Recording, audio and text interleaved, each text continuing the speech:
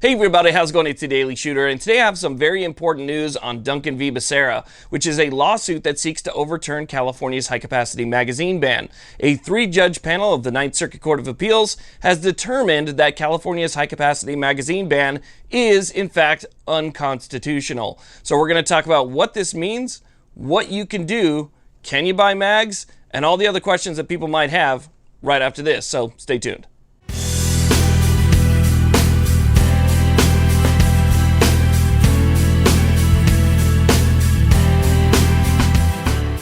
Now, first things first, this is one of the biggest reasons why I push you guys over to the Firearms Policy Coalition to become a member and to donate. You guys hear that in just about every single video. And that's because things like this, they are making moves. These guys are actually making things happen. And decisions like this do not happen very often, especially in a state like California. So again, if you're not a member, consider becoming one. If you haven't donated yet and you have a little bit of extra laying around, consider donating, because there's a pretty good chance that the California Department of Justice is going to ask for an en banc hearing. Since this was a three-judge panel, it can still go to a full 10 Circuit Court judge panel of the Ninth Circuit Court for another ruling, in which case, there's going to be more litigation and more things that are going to be involved with it. So try and keep that in mind. Now, I have been wanting to make this video since early this morning.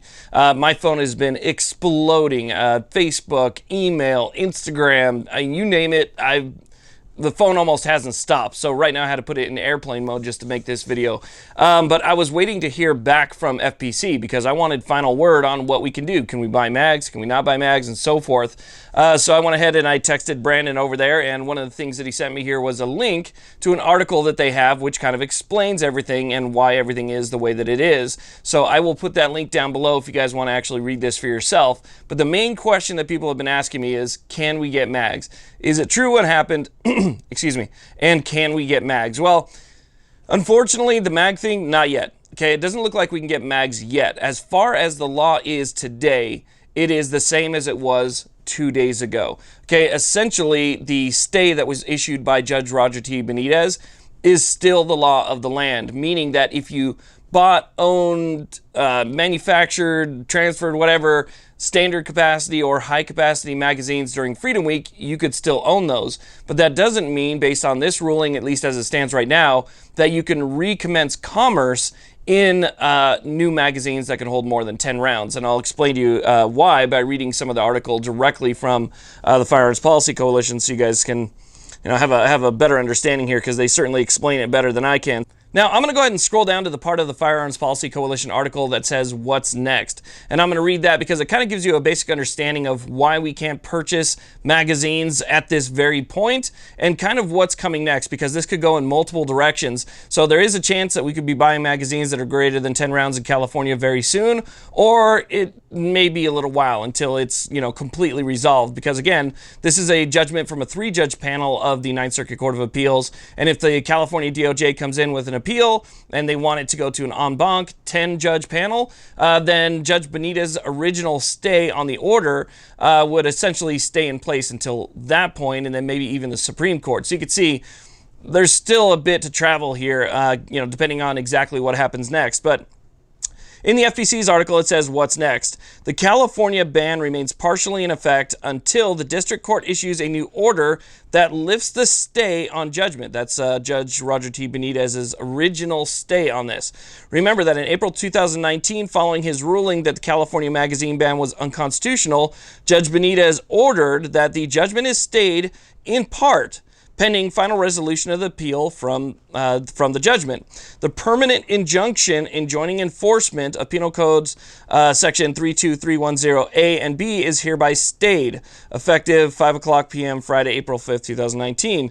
The preliminary injunction issued on June 29, 2017, enjoining enforcement of Penal Code Section 32310C and B shall remain in effect. So when when Judge Benitez issued the original injunction, which is what gave us the first Freedom Week, when he later on then stayed that same order based on, the information that was given to him, when he stayed that order, he left the injunction in place on certain things, meaning that the magazines that you manufactured or acquired during that Freedom Week time period were going to remain legal to own, use, possess, and all that stuff.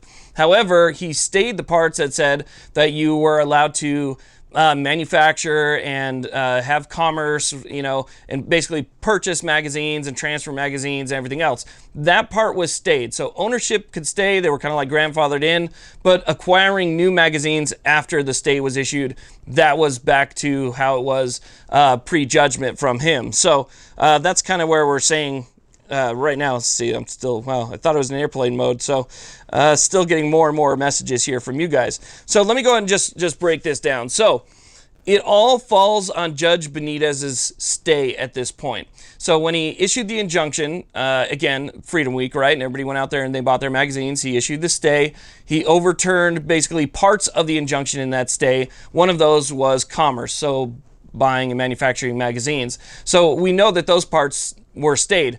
Those parts that were stayed are still stayed as of today until the Ninth Circuit issues a new order to re-allow commerce for those particular previously restricted items. Okay, so they have to allow for commerce to restart again. Okay, and they have to issue an order that says that. If they don't issue an order that specifically says that we can start buying and selling those magazines again, then Judge Benitez's order will stay pending appeal. If the DOJ appeals and it goes to that 10th Circuit, right, because Benitez specifically said that the injunction should be stayed until final resolution of the appeal. Well, if they appeal it to a 10th Circuit, then obviously we don't have a final resolution in the appeal, meaning that that stay and that injunction, the modified injunction, is still going to stay in place. So if the DOJ comes in, they ask for the en banc hearing, and then we have to wait another year before we actually get results from that hearing, and then it falls on our side. At that point, that could be the end of the appeal, right? We don't know if they're going to appeal it to the Supreme Court, depending on how the makeup of the Supreme Court is at the time. So the appeal could go all the way to the Supreme Court, in which case Judge Benitez's original modified stay could then be in effect until it reaches the Supreme Court and we get a decision from the Supreme Court. So until basically the case is over, Judge Benitez's stay is going to stay in place. That is, unless, again, the Ninth Circuit or the three-judge panel that ruled on this says you guys can go ahead and start purchasing magazines based on the fact that we did find it unconstitutional. So let me go ahead and tell you why I think this happened, okay? Judge Benitez is a very smart person, okay? This guy is not an idiot. He is extremely smart, very calculated, and he knew what he was doing. As part of the fight for the magazine rights in California, which is essentially Second Amendment rights in California, something that is considered to be in common use for lawful purpose is protected under the Second Amendment. It's not considered some type of odd thing that, you know, can be controlled by the government and have restrictions put on like we have with like the NFA, which are kind of all classified as something else, right? So it has to be in common use for lawful purposes. Well, before Judge Benitez issued the original stay, which was Freedom Week, large capacity, high capacity, or what we call standard capacity magazines in California were around, and there was a lot of them, but I don't know that they would significantly consider common use because the majority of the people that have been buying firearms since the original ban were stuck with 10 rounds. And so you only had people that had this pre-ban stuff that could hold more than 10 rounds that was grandfathered in at the time. So by Benitez ordering that injunction, when he did, he allowed a massive influx, I mean millions of magazines to come into the state of California in that window. Now, what did that do? That brought a massive influx of high, or what we call, again, standard capacity magazines into the state for common use for lawful purposes, greatly increasing the number of magazines that were available in the state. Okay, so you could see that by doing that, even for that small window, he knew that it would bring in enough magazines that he would help the fight and convince the people who are supposed to be judging this that, look, there's millions of magazines that can hold this much in this state. They're being used common purposes for lawful purposes. But there's your argument. They're protected by the Second Amendment, and the 10-round magazine capacity limitation shouldn't stay. So by him doing that, it gave us everything we needed to be able to fight this. So that was very, very smart. That influx worked perfect. Now, 2 of the 3 judges from the 3-judge panel actually sided with the Second Amendment in this case, and that was kind of how we thought it was going to fall. So you have 2 of the 3 judges who said that it's unconstitutional, and it wouldn't have passed not only strict scrutiny, but it wouldn't have passed intermediate scrutiny either. And so they're saying that it's clearly unconstitutional based on the fact that, again, these magazines are in common use for lawful purposes, thus protecting them under the Second Amendment. So their view of this was very clear and very concise, and that the state's argument just wasn't strong enough to hold up a need, or a great need, or to show injury or damage that more than 10 rounds would cause to the state. So 2 of the 3 judges, again, voted that this is unconstitutional. And as of right now, that does mean it's unconstitutional, but there still needs to be that order. So we'll see what happens if it goes up to a, the full circuit court panel. If it goes up to the full panel, it goes back to sketchy again, because we know the makeup of the Ninth Circuit Court of Appeals. We know that they are there's a lot of activist judges there, and they won't look at things the same as judges who see the Constitution for what it actually is. And so these judges, they could go either way. I know that there are some judges in the Ninth Circuit Court of Appeals that you can just pretty much outright plan on voting against anything constitutional. I mean, these guys, if they see this magazine ban, they want the magazine ban, they're going to make up an excuse just to keep it there. And then obviously you're going to have judges that will look at this and actually say, is this something that should stay, or, how does this apply to the Constitution? They'll look at it in a way that they should, the legal way, which looks at the Constitution, reads the Constitution, applies the Constitution to the ruling. So there are judges for both sides here, and I don't know exactly which way this would land. With the Ninth Circuit, it's never something that's very good. But then again, we do have the chance to take it up to the Supreme Court. But the Supreme Court hasn't really been hearing cases lately either when it comes to the Second Amendment. You guys know that. But again, we know that with certain things that are happening in the Supreme Court right now, the makeup of the Supreme Court could be different by the time this actually got there. So we could stand a chance to actually have it heard.